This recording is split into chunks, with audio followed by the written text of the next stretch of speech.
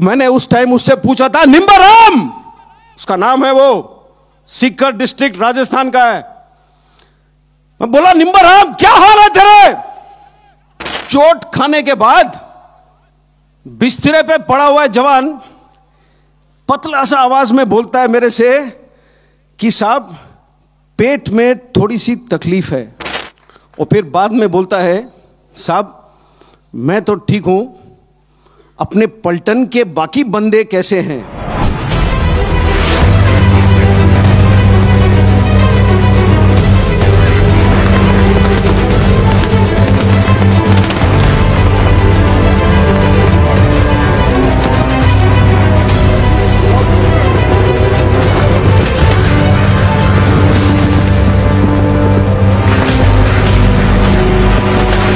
जब हमारा बंदा अस्पताल ले जाया गया हेलीकॉप्टर के अंदर, उसके पेट के अंदर के हिस्से, जो स्टमक है, जो इंटेस्टाइन है, वो पॉलीथीन बैग में साथ डाला गया।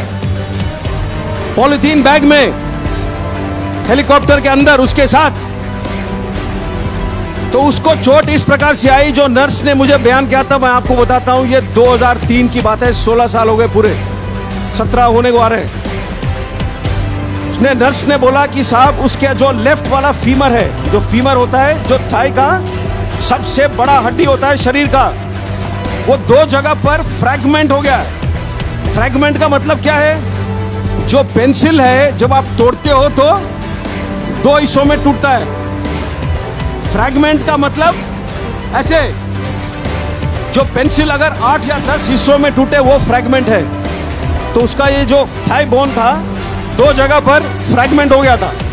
इसीलिए डॉक्टर साहब जहां भी काट रहे थे उनको नजर आ रहा था खून। ज्यादा से ज्यादा गोली उसको लगी बाएं हाथ पर। क्यों?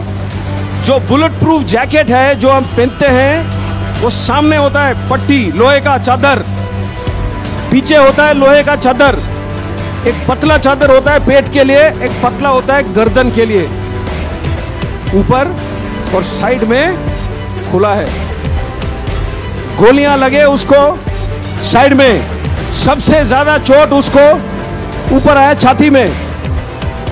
जब पैर में गोली लगा होगा तो वो गिरा है।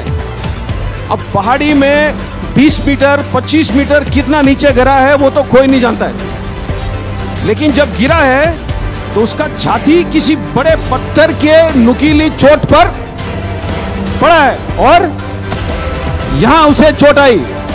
तो जो लोहे का प्लेट है वो दबाता है जो फेफड़े, जो रिब्स है।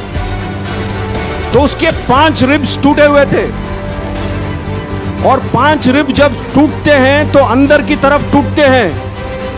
तो उसका जो बाएं वाला फेफड़ा था उसमें 5 जगह पर छेद हो गया और जो लंग था लेफ्ट साइड वाला, उसमें बॉडी फ्लूइड और ब्लड पूरा भर गया था। ये उसके चोट थे। जब नर्स ने ये मुझे बयान किया तो मैंने नर्स से सीधा सवाल पूछा, क्या बंदा बचेगा? और जैसे डॉक्टर साहब लोग आमतौर पर होते हैं, ये नर्स ने बोला, सर मैं नहीं जानती हूं। तो हम लोग जो वर्दी पहनते हैं, थोड़े, मैं बोला ना, दिल से करते हैं हम काम, दिल से। तो मैंने अपने सोच में, मुझे यह लगा कि अगर मैं उससे बात कर सकता हूं 1 सेकेंड, तो हमारे जो 1000 जवान हैं उनका जो मन का शक्ति है, जो दिल का शक्ति है, वो मैं उस तक भेजूं टेलीफोन के थ्रू। मैंने नर्स को पूछा, क्या मैं बात कर सकता हूं उससे? तो उसने बोला कि साहब 6 दिन हुए इसने आज तक बात नहीं कही है। इसकी आंखें खुले तो है, लेकिन ये क्या सुन सकता है, क्या महसूस कर सकता है, क्या बोल सकता है, मैं नहीं जानती हूं। मैंने फिर भी बोला कि आप फोन का जो हैंडसेट है उसके पास रख सकते हो? तो उसने बोला हाँ। तो उसने फोन उसके हैंडसेट उसके कान के पास रखा और मैंने उस टाइम उससे पूछा था, निम्बाराम उसका नाम है, वो सीकर डिस्ट्रिक्ट राजस्थान का है। अब बोला, निम्बाराम क्या हाल है तेरे? 15 या 20 सेकंड गुजरे, कोई जवाब नहीं आया। मैंने सोचा शायद वो खत्म हो रहा है, शायद वो सुना ही नहीं मेरी बात, शायद वो बोल नहीं पा रहा है। मैं फोन रखने वाला ही था अपनी तरफ से, क्यों उस टाइम तक मेरा दिल पूरा ही टूट चुका था। फोन मैं रखने वाला ही था, एक बिल्कुल पतली सी आवाज में जवाब आया।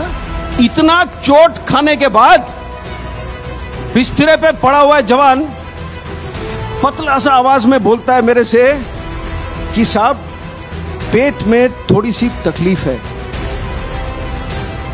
और फिर बाद में बोलता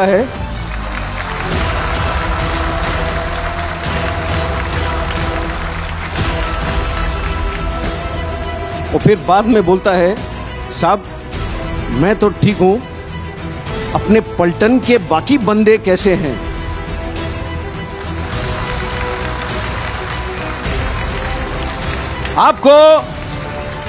आपको कहानी सुनना है तो कहानी ऐसे सुनो, कहानी सुनाना है तो कहानी ऐसे सुनाओ।